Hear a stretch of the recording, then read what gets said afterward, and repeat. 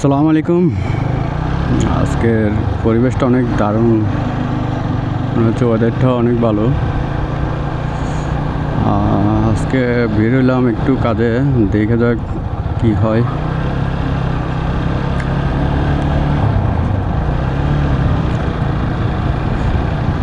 যেটা বলছিলাম আর কি, রমজান মাসে সবাইকে শুভেচ্ছা। জানি যে সবাই রোজা রাখেন।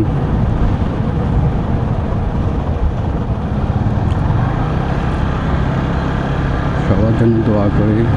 আর ইরান আর যুক্তরাষ্ট্র যে হামলাটা হচ্ছে, ওই হামলার শিকার হয়ে গেছে এখন আমাদের মিডল ইস্টের যারা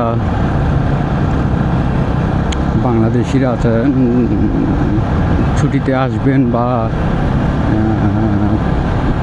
দেশ থেকে ছুটি খাটিয়ে যাচ্ছেন, তাদের জন্য একটা বড় একটা ধাক্কা হতে যাচ্ছে এখন।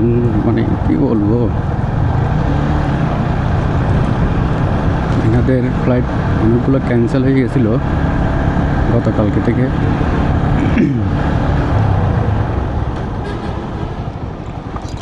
ও মাই গড,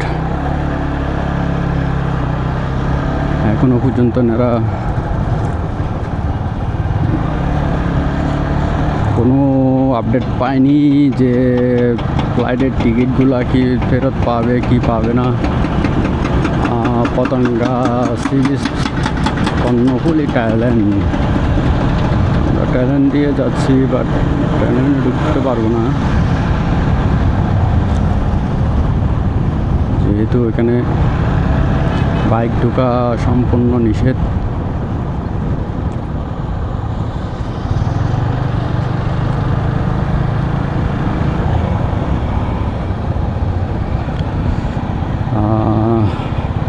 কি করার আছে আর।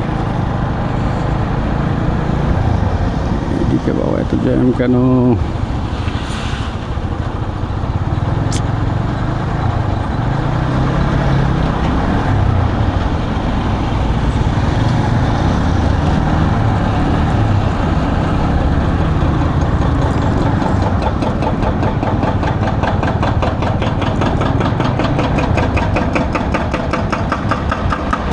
বাবা দুলাবালি, সব জায়গায় কাজ চলতেছে এখানে।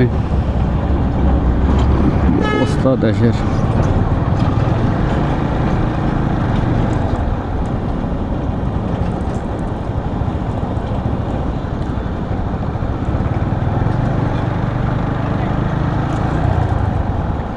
আমি এই মুহূর্তে ওভারব্রিজ দিয়ে যাচ্ছি, বাট ভিডিওটা স্কিপ করে নেবেন যেহেতু এখানে টোল দিচ্ছি না।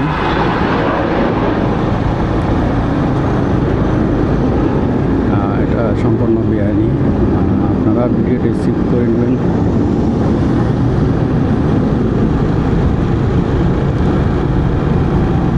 আসলে এদিকে বাইক ওঠাটা নিষেধ, বাট হয়েছে কি, এখানে বাইক যেহেতু ওটা নিষেধ, বাইকের জন্য কোনো টোল সিস্টেম করা হয় নাই। এখানে মানবতার খাতিরে হয়তো বা বাইক উঠতে দেয়, আর বেশিরভাগ সময় উঠতে দেয় না।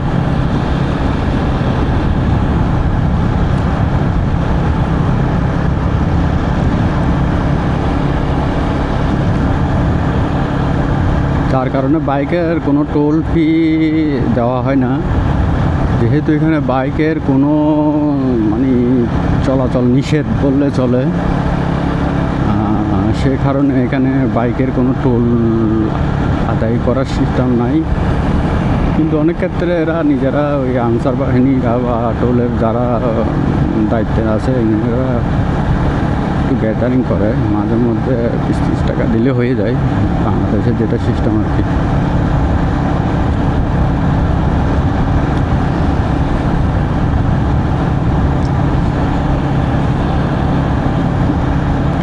যাই হোক, এদিকে উঠতে পারলাম বিদায় আপনাদেরকে একটু উপর থেকে দেখানোর সুযোগটা পেলাম।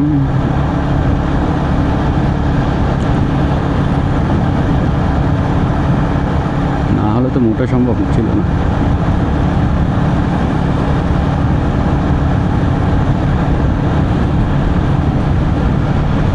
Let's go. চলেন এবার একটু গান তুলে নিই। এখানে লাগা আছে 40-এর উপরে উঠানো নিষেধ, অন্তত স্পিডটা 52 দেখা যাচ্ছে এখন। মানে আমি 10 স্পিড ক্রস করে ফেললাম।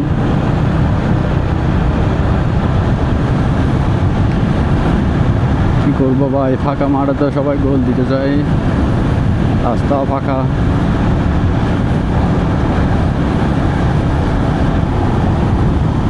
এই যা,